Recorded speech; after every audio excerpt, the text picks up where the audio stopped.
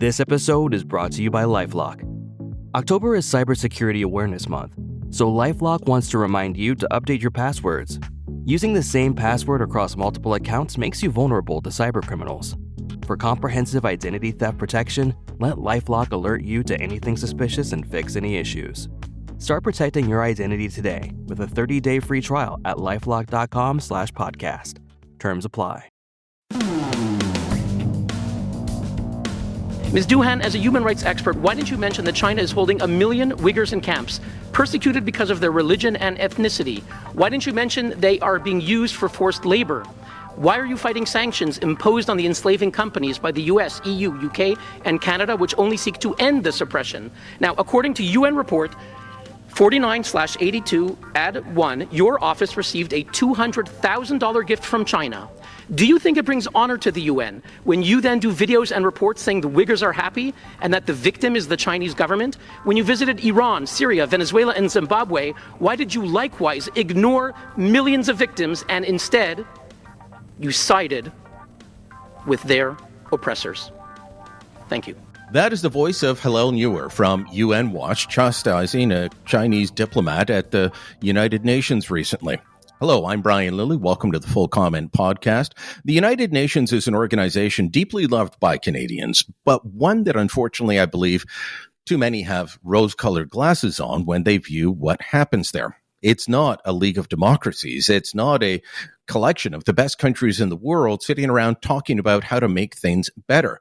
It is, in fact, a place that is far too often run by rogues, dictators, despots. Hillel Neuer is our guest on the Full Comment Podcast today, and we're going to talk about what his work is at UN Watch and why it's so vital. Hillel, thanks for the time. Great to be here. How did a nice Montreal boy end up living in Geneva yelling at people at the United Nations? Well, I never yell. I chastise them. I chastise them with logic, morality, and politeness in the Canadian style. But my background is that I went to school. I'm born and raised in Montreal. I went to Concordia for my BA in political science and Western civilization at a great program called Liberal Arts College, a great books program. And then I went to McGill Law School. I studied with eminent human rights lawyer, Professor Erwin Kotler. And we can blame him for my career trajectory. I think he inspired me to want to do something meaningful in law. I loved law, but I didn't see myself in the conventional legal practice by the time I was in law school. And yeah, I aspired to do something that was meaningful. And the job at UN Watch opened up. I'd worked for 3 years as an attorney in New York at a major law firm, but everyone knew that I was looking to find that meaningful position. And this opened up. UN Watch has been around since 1993. It was started a good decade before I joined by a human rights hero named Morris Abram, who was one of the leading civil rights activists with Martin Luther King back in the 50s, before it was fashionable. He also was a UN expert before that body got hijacked, and he helped draft the UN Convention Against Racism. So the UN Watch combats antisemitism and fights dictatorships and upholds human rights. So for me, I've been there now 20 years, quite a rewarding and meaningful career and never boring. I said earlier that it's not a collection of the world's best countries. It's not a league of nations or a league of democracies. Do you agree with me that too many Canadians don't see the UN for what it is? And, I'm not saying this is someone that says we should abolish the United Nations or anything like that. But, you get people saying, well, the UN says this or the UN says that, as if that is, better than what an elected parliamentary democratically elected government might say. Well, it's from the UN.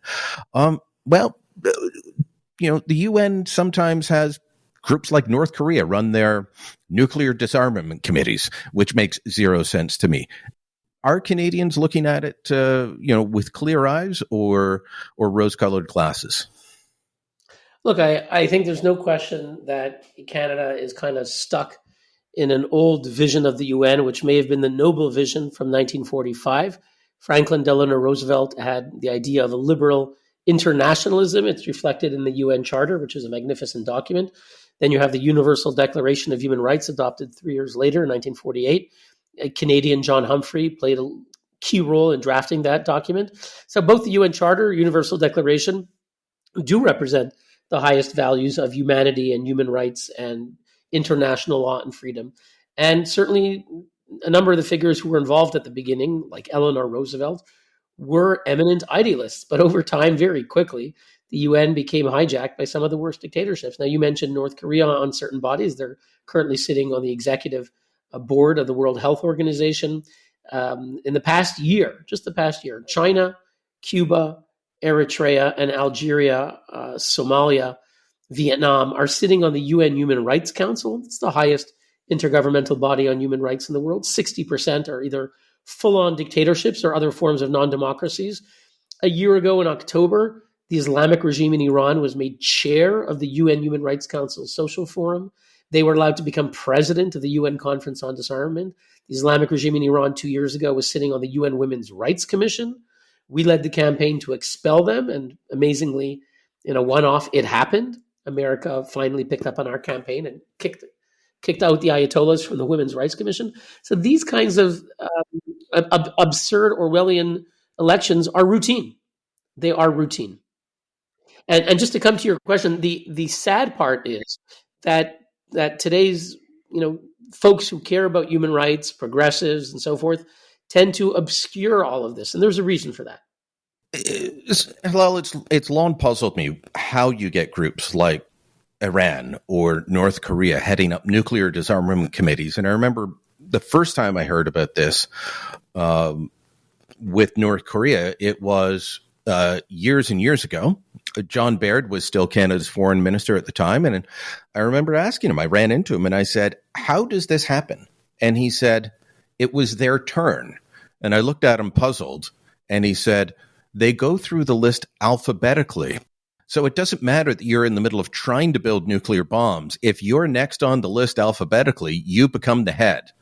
It's true. That's how it works at the Conference of Disarmament here in Geneva, but which is absurd enough when you have Iran and North Korea pursuing illicit nuclear weapons programs, and they're handed the gavel for a month or two on disarmament. It's absurd, but it's much worse in that most of these memberships that we're talking about today are elections. Okay, when the Islamic regime of Iran was named chair of the UN Human Rights Council Social Forum, that was a designation made by the president. He circulated a document to all member states saying, I'm going to appoint Iran. Does anyone object? No one objected. He did it. Okay. And then the election of China, Algeria, Cuba, Eritrea, Vietnam, Somalia to the Human Rights Council, that's a full-on election, candidacies, campaigning, General Assembly, votes. And these guys will typically get 80% of the votes. So yes, it's a rotation for very rare positions, and that's problematic enough, but much worse is that many of these positions, again, electing Iran to the Women's Rights Commission, that was a proper election. The issues around the UN, there's been a lot of focus on how the UN, specifically UNRWA or other UN bodies, how they deal with Israel. But your work at UN Watch goes far beyond just dealing with issues surrounding UNRWA. We opened with that clip of you chastising a Chinese diplomat. Tell us about some of the other areas that UN Watch works in and what your goals are in bringing up these issues. Sure. And, I want to come back to something you raised. I think it's important to circle back. You asked whether Canadians have a rose-colored view of the UN. And the question is why? I mean, it's now been decades already that dictatorships like Idi Amin back in the day of Uganda are sitting on various human rights bodies. Why is it that so many educated folks, people who are academics, professors, human rights activists, leading politicians, turn a blind eye to this perversion of the bodies that they claim to care about? And I think the answer is that it's a variety of things. One is it's hard for them to acknowledge, but many of these folks have a world view that says international bodies are sacred, and that's part of their worldview, and they just can't give it up, no matter what the facts are. But beyond that, it's in part because many of these world bodies are functionally subvert the West or are attacking the West. In that clip that you played, there was a UN expert who had just gone to China. She's from Belarus, but is an apologist for the Chinese regime, and the Chinese diplomats commended her for going on a trip to Xinjiang in China, which they had orchestrated. And her whole mission, she's the UN expert on sanctions. The whole mission is to attack Western countries for sanctioning dictatorships. So she's gone to Venezuela, she's gone to Zimbabwe, Damascus, Syria, Tehran in Iran, Qatar, Russia, and now China. And she says all of these regimes are victims of Western sanctions, and the problems in these countries, in Syria, Iran, Zimbabwe, and Venezuela, are due to Western sanctions, not the fact that Venezuela has an evil dictator named Maduro who caused 7 million to flee, not Zimbabwe, who has an evil dictator, Mnangagwa, who arrests human rights activists and throws them in prison, just like his predecessor Mugabe, or Syria, Bashar al-Assad killing 500,000 people, or the Chinese regime subjugating 1.5 billion people to the worst forms of oppression. So she is a UN expert dedicated to attacking the West. And sadly, many folks who have some kind of anti-capitalist, anti-Western agenda and are seeking to undermine the West, I'm talking about people on the left, especially on the far left, they see an ally at the UN, and the alliance is based on the common interest, which is both the dictatorships and those on the far left are seeking to demonize the West. And that's where you have this toxic alliance. And that's, I think, part of why the UN gets away scot-free. It isn't a bizarre alliance, but it's one that's gone on for years. And as you say, I mean, the way you describe it, it sounds like they're what Lenin would have called useful idiots. They're helping the dictatorships continue to get away with things like the Uyghur persecution in China. Yeah. And, one of the things, you asked about our work, one of the things that we do is we are often one of the only voices giving a platform to the true human rights heroes of these countries. So yes, I know that China, Cuba, Eritrea are sitting on the Human Rights Council, but actually, if anyone deserves to be on the Human Rights Council, it's their political prisoners. And that's who we bring. We just brought a few months ago to speak inside the UN at our annual Geneva Summit for Human Rights. We've done it now for over 16 years with 30 other NGOs around the world that do understand who the true villains are and who the heroes are. We bring dissidents. We brought a young woman named Ray Cha. Her crime, Brian, was that she stood on a street in Shanghai and lifted a blank piece of paper. That was her crime. Right away, police took her away. Right? There was nothing written on the paper. So you mentioned this story when you were speaking recently in Toronto, and I heard that, and I didn't get a chance to follow up. What was her crime? What was she trying to do with a blank piece of paper? How does that get you arrested and thrown in jail? Yeah, the same thing happens in Russia. The dictatorships are determined to stamp out any forms of dissent, and when they see someone, daring to stand up and in some way to signal that they're protesting the system, they lock them up. So it doesn't matter what the laws say. So when she stood up with the white piece of paper, everyone understood that she was saying, I object to the system. I object to the communist regime. And they didn't care that nothing was written on the paper. That was enough. You're a troublemaker. You're challenging the system. They took her away, threw her in prison. She was arrested a couple of times, and eventually she got out. She now lives in Europe, and quite a courageous woman. We've brought numerous political prisoners from China who've spent way more time in prison than she did. My friend Yang Jianli, who spent about 5 years in prison, was in solitary confinement because he spoke up for workers' rights and other victims of the Tiananmen Square massacre, which he survived. And so when these dictatorships are sitting in these elevated UN bodies, we bring their victims. We have the right to speak at the UN. They don't always let us do it. They sometimes stifle us and try to censor us, but we haven't given up, and we've been able over the years to bring well over 200 heroic activists. Last night here in Geneva, I had the privilege to have dinner with one of my heroes. His name is Vladimir Kara-Murza. He is someone who has dared to speak out in Russia. He's now, I would say, the leading opposition activist, certainly with the death of Navalny in prison not long ago. Vladimir Kara-Murza was poisoned twice, went into a coma each time, poisoned by the Putin regime because he's a leading democracy activist, a politician who's not allowed to run there. And 2 years ago, on April 11th, 2022, he was in Moscow and he called out Putin for war crimes in an interview on CNN. A few hours later, Brian, they came and took him away. He was in prison for 843 days. He was sentenced to 25 years in prison, which is astonishing. It's even against Russia has some kind of laws. It's even beyond what their laws allow. He was sentenced to 25 years in prison. He was sent to a Siberian penal colony. He was in solitary confinement.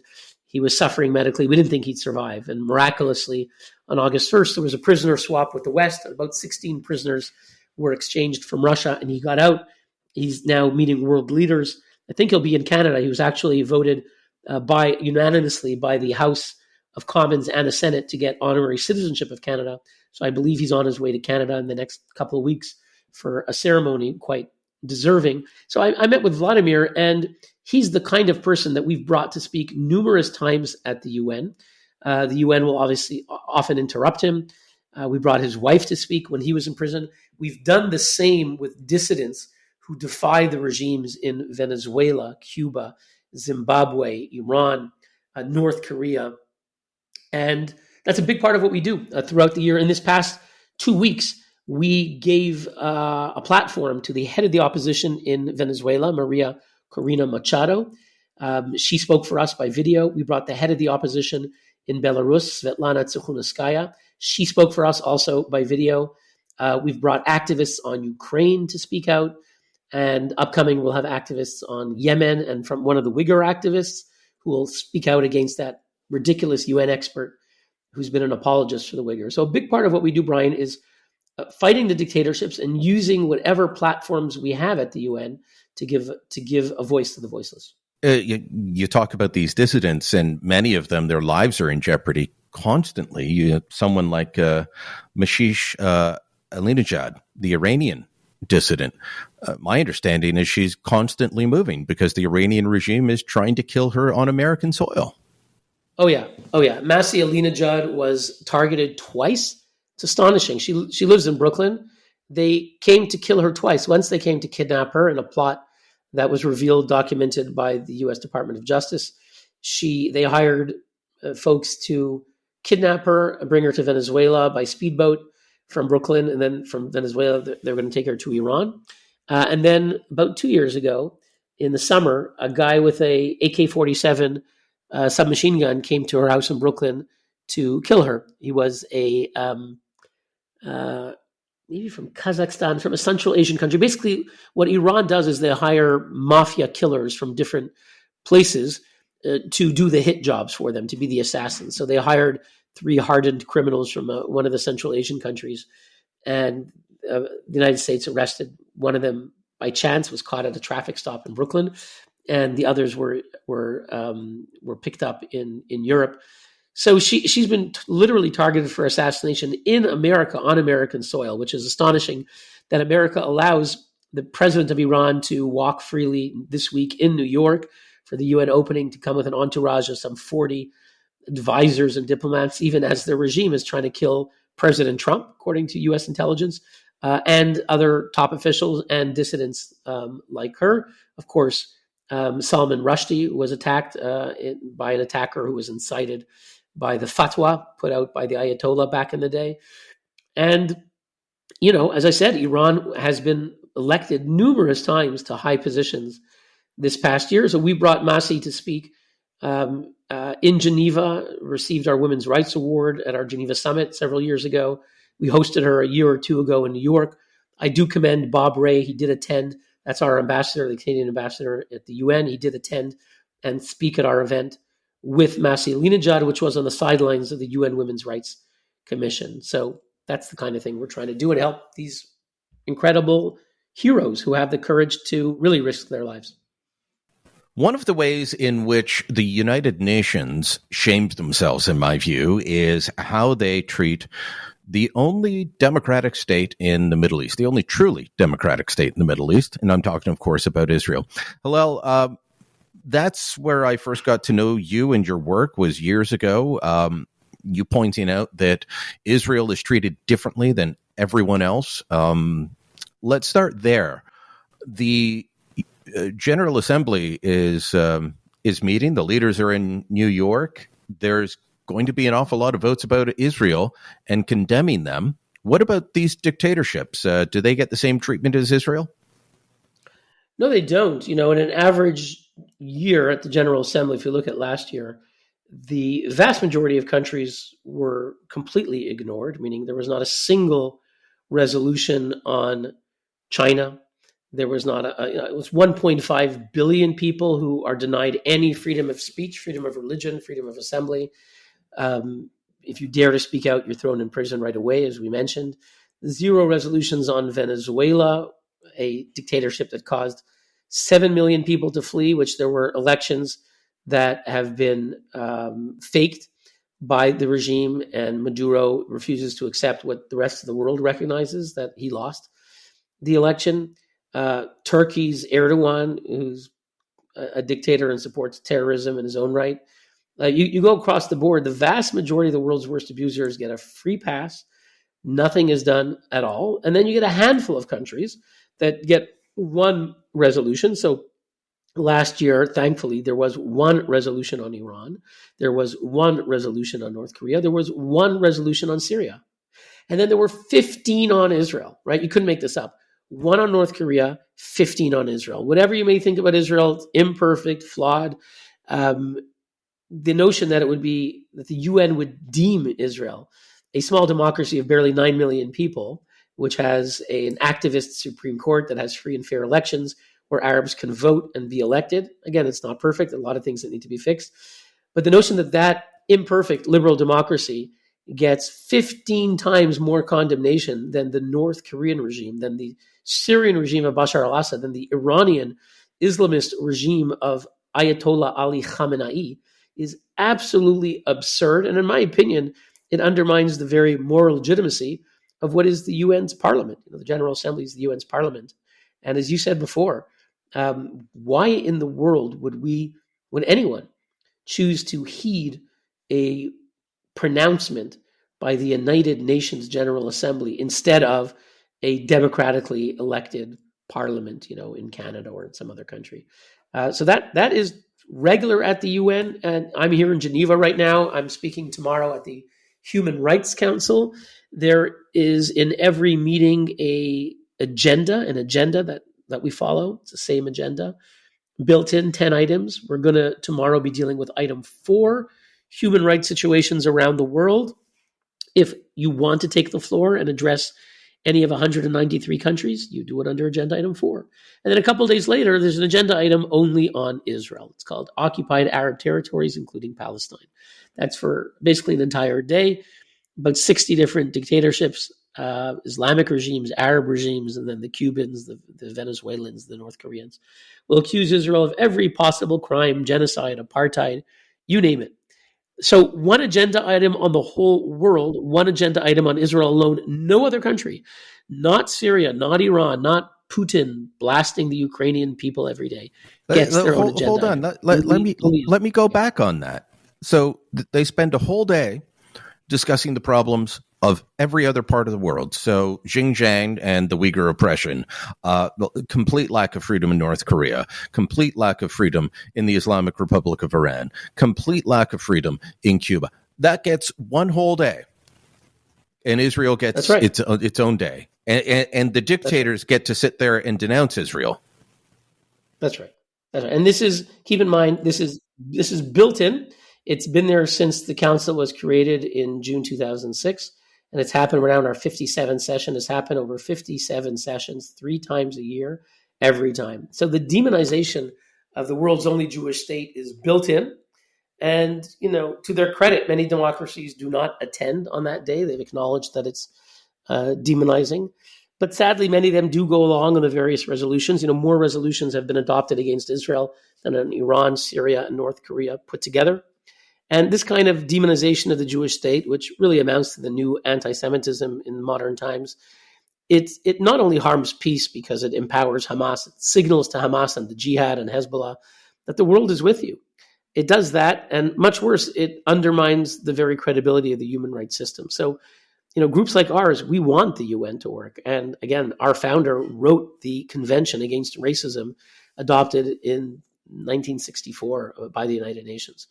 And to see that these same bodies today completely turned upside down, and I'm accused of being against the UN when the Iranian regime is sitting there with the gavel, is Orwellian. And frankly, it's going to continue unless our countries make the political decision to call it out. And so far, they rarely do. We have to take a quick break right now. More with Hillel Neuer in moments. This episode is brought to you by LifeLock. October is Cybersecurity Awareness Month, so LifeLock wants to remind you to update your passwords. Using the same password across multiple accounts makes you vulnerable to cybercriminals. For comprehensive identity theft protection, let LifeLock alert you to anything suspicious and fix any issues. Start protecting your identity today with a 30-day free trial at lifelock.com/podcast. Terms apply. I remember having several discussions with the former American ambassador to the United Nations, John Bolton, about reforming the UN. And Ambassador Bolton is a great supporter of the UN, but sees that it is flawed. Do we need to? Well, obviously it needs reformed, but is it feasible to reform? And I'll throw one idea out at you. Russia was given a veto when the United Nations was founded, along with Britain, France, China. Should Russia still even have a veto? They're not the power they once were. They do not control the entire Soviet Union the way they used to. Do they still need to have a veto? That's one idea of reforming it. I think that's you're touching on something that is very important and has been identified certainly by Russian activists. The idea that Russia sits there at the UN, at the Security Council, they too get to preside, a couple times a year, and have the veto, doesn't make any sense morally, as you said, politically. We're not in 1945; they don't control half the world as they did then, but. Let's keep in mind that the moment you do reform, you open up a Pandora's box, you say, okay, let's add more countries. So who do you add? You add, regional powers like India would be an obvious one. You add Brazil, you add South Africa. Well, you might want to add them, but if you put Brazil in the Security Council, but you don't put Argentina, if you put South Africa on and you don't put in Nigeria, it's a whole Pandora's box. And so far it has impeded any efforts at reform to date. Also, if you open it up, do you dilute? Let's keep in mind Russia has the veto, which is tragic because they use it to defend terrorists. That's why Hamas and the Jihad are not listed as terrorists at the UN. It's only ISIS and Al-Qaeda, for whatever reason, Russia and China allowed that to pass, but they protect their allies and they protect Hamas, and they've prevented any listing of the Hamas and the Jihad or Hezbollah as terrorist groups at the UN. So, Russia has the veto, but the U.S. has the veto too, which is good. And that prevents a lot of bad things. And do we want to dilute the U.S. veto? Very complicated. I'll be honest with you. I think efforts at reform are so complicated that in many ways it's a distraction. The simple things that could and should be done are available. It's available for Canada to take the floor and say, Mr. President of the General Assembly or of the Human Rights Council, it is absurd that you are giving a free pass to the Chinese communist regime, to the Cuban communist regime, to Venezuela's Maduro, and the list goes on. And it's absurd that you're demonizing the only Jewish state in the manner that they do. All of these things, and also to call out Alina Duhan, the UN rapporteur, who acts as a open propagandist for the worst regimes of Iran, Syria, China, Venezuela. Just speaking out, the act of speaking out, the act of voting no, calling a vote, are very powerful. When Canada, the Netherlands, Germany, the UK, and other democracies speak out, even if the vote is lost, what they say makes an impression on anyone decent. Certainly in the media, in the academic world, I'd say the leading, most influential circles, they know that what what Zimbabwe may say or North Korea is silly and ridiculous. But what the democracies say matters. So in my opinion, the best way to make a difference would be for our own democracies to begin to speak out, to stop going along, to get along, which is sadly what happens too often at the UN. Well, as a Canadian, how do you think Canada has been doing of late? I know that starting in can't remember if it was the late Chrétien years or while Paul Martin was Prime Minister, and then all through Stephen Harper's time, Canada took a strong line on walking out when there were any obvious anti-Israel, flagrant abuse of Israel motions that were going to be brought forward for a vote. Last year, we suddenly changed a bit. How would you rate Canada, both on issues surrounding Israel, but also the wider one? It sounds like we're not calling out China. Perhaps we're worried about trade. We're not calling out Cuba. We like cheap vacations. How would you rate our efforts at the UN? Yeah, well, you brought some interesting history. Indeed, Chrétien back in the days, we're talking about the late 90s or early 2000s, Chrétien was, I would say, kind of where the Europeans are at, where they would go along with much of the UN jackals ganging up on Israel. And Chrétien would go along with a lot of that. Paul Martin indeed began to change that and began to move Canada away from voting yes to abstain and to voting no, which is the principled vote. Stephen Harper, when he was elected back in 2006, accelerated that significantly so that eventually, when at the time there were about 20 resolutions a year against Israel, he was basically voting no on virtually all of them. It was controversial. The diplomats in the foreign ministry and the CBC went crazy. I mean, started even Paul Martin. The sky is falling. Woe unto us. What will happen? Canada and the Arab world, the relations will shatter. This, that, and the other. All nonsense. Canada did not suffer. They were respected by those who saw a country taking a principled stand. I remember at the Human Rights Council, George W. Bush had pulled out. We're talking now 2006. June 2006, George W. Bush had pulled out. Canada was sitting on the council. It was actually previous government. I guess it was the Liberal government of Paul Martin that got elected, but Stephen Harper inherited the seat.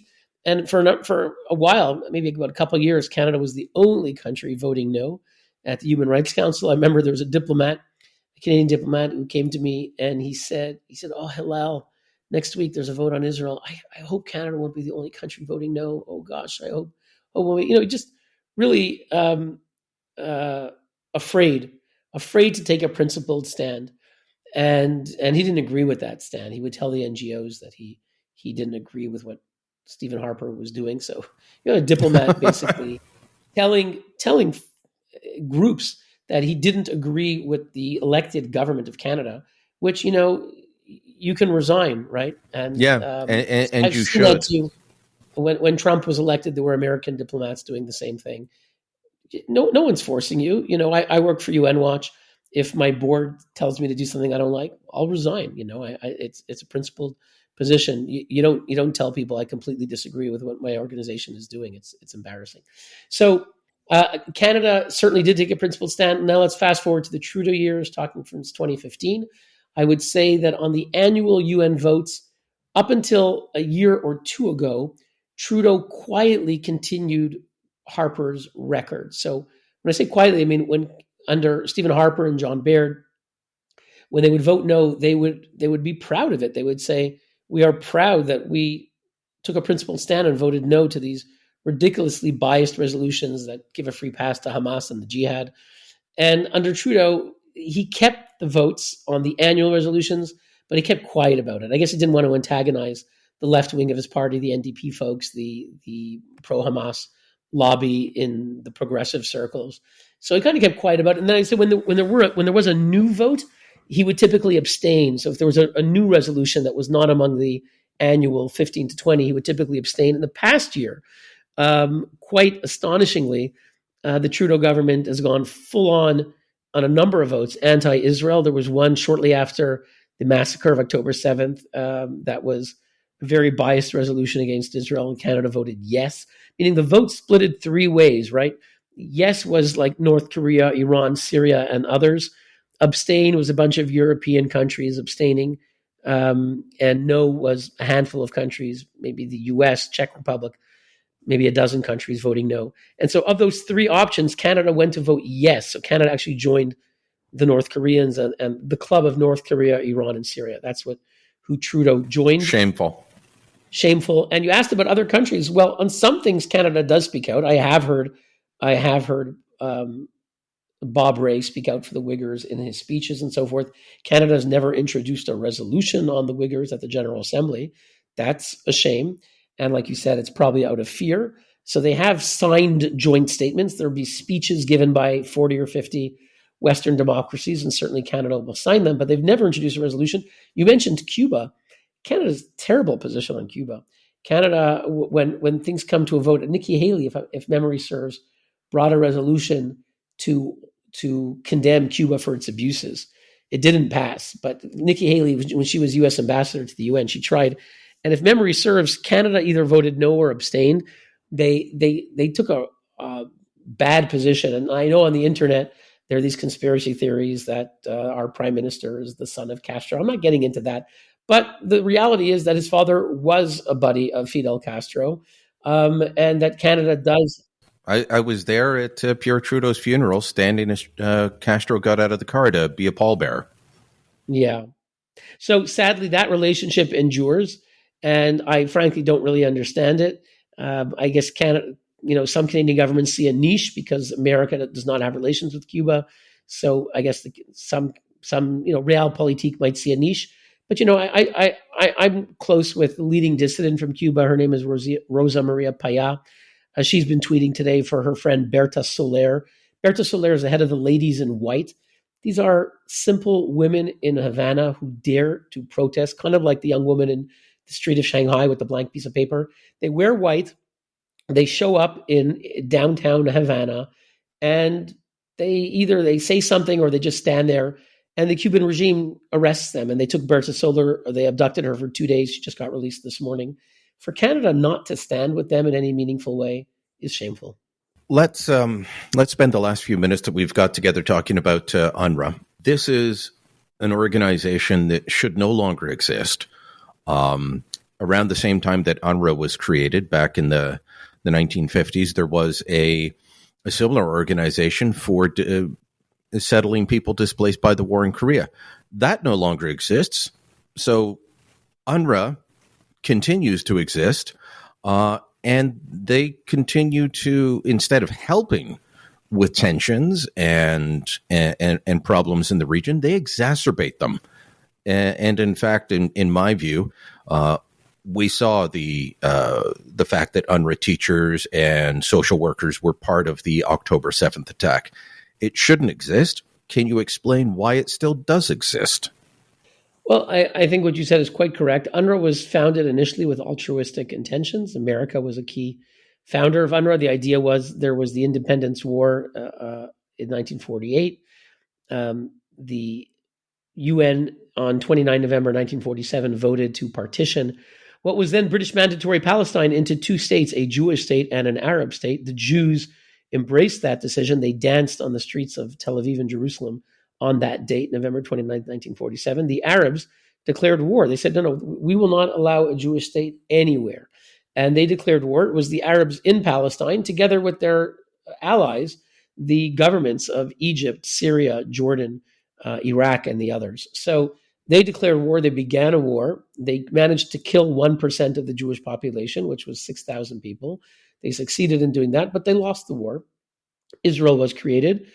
The Palestinian state, Arab state, could have been created, but actually Jordan occupied the West Bank.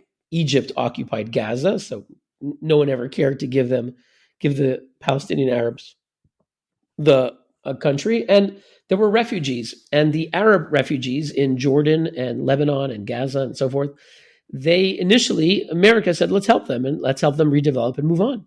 A few years later, the Americans who had sent the head of the Tennessee Valley Authority to help them realized it's not working at all. The Arabs, the Palestinian Arabs who live in Gaza and Jordan and so forth, they refuse to accept the notion that they're moving on. If they're moving on, it means they accept that there's a Jewish state and that they lost. So they refuse to move on, and and begin a new life in these neighboring regions, these neighboring countries. Rather, they insist that they're going to go back and dismantle Israel. And for absurd reasons, Western states continue to fund UNRWA under pressure from the Arab countries, maybe other motives that are less clear. They continue to fund UNRWA. And so to this day, some 75 years later, you have the absurd situation where the UN Refugee Agency, which is meters away from me here in Geneva, UNHCR, they will help you resettle, right? If you're a refugee from Syria, from Ukraine, from Sudan, and they'll help you find a home in Canada, in Sweden, in Switzerland, in France, what have you. And you move on, right? My family escaped Russian persecution 120 years ago. We came to Guelph, Ontario. And since 1904, my family's been Canadian and we're not Russian refugees, all right? But for UNRWA, it's the opposite. UNRWA doesn't seek to resettle anyone. The opposite. Palestinians who live in Jordan, they've been there 75 years. They even have passports. They have citizenship in Jordan, which is mind-boggling. They're citizens. According to the UN, they're refugees. So according to the UN, a Jordanian citizen who's been living, his family's been there for more than 75 years, is a refugee with the right, quote unquote, to return to Israel, which means to dismantle Israel. So the very raison d'etre of UNRWA is to destroy Israel. It's very clear that the Palestinians, they say it. The point of UNRWA, it's not to distribute humanitarian aid, which they do. They do give out food and medicine, and it's a kind of a welfare state for the Palestinians. But every UN agency can do that. The UN Refugee Agency does that. World Health Organization does that. The World Food Program does that. UNICEF helps children. And they do it better. And they do it better. Millions in Sudan. They don't incite terrorism. They don't glorify Adolf Hitler. You know, our reports for 9 years have showed how UNRWA teachers in Lebanon, in Gaza, regularly on their Facebook pages, on their social media, incite to murder Jews. And they're standing day after day in front of classrooms. We sent this to UNRWA. UNRWA couldn't care less. They would defame us, say we're against the refugees, say that we're lying. Only in rare cases would they suspend one or two people. The current head of the UNRWA Teachers Union in Lebanon, Fathi al-Sharif, is a senior Hamas terrorist. It is detailed on our website, unwatch.org. So that's the reality, Brian, is the very purpose of UNRWA is to dismantle Israel. I'm quoting now the Swiss foreign minister 6 years ago, 2018, said it's a perverse logic. UNRWA is part of the problem, not the solution. They're perpetuating the problem, not solving it. The fact that we're allowing this agency to go on, that we're funding it, is a perverse logic. That's the Swiss foreign minister. I have to say, very importantly, is that even though Canada continues to fund UNRWA, despite all the evidence of their complicity with terrorism, despite the fact that terror tunnels were found underneath UNRWA headquarters in Gaza with an electric grid connecting a computer server, a Hamas computer server, into the UNRWA electric grid, despite the compelling evidence. Again, anyone wants to go on our website, unwatch.org, will find about 1,000 pages of screenshots of UNRWA teachers and telegram messages of them celebrating and inciting jihad, and documenting how heads of the teachers' unions in Lebanon, in Gaza, are senior Hamas terrorists. Canada funds them, so do the others. But the Swiss parliament here in Switzerland about 2 weeks ago had a vote, 99 to 88, the lower house voted, and I quote, to immediately suspend financing for UNRWA.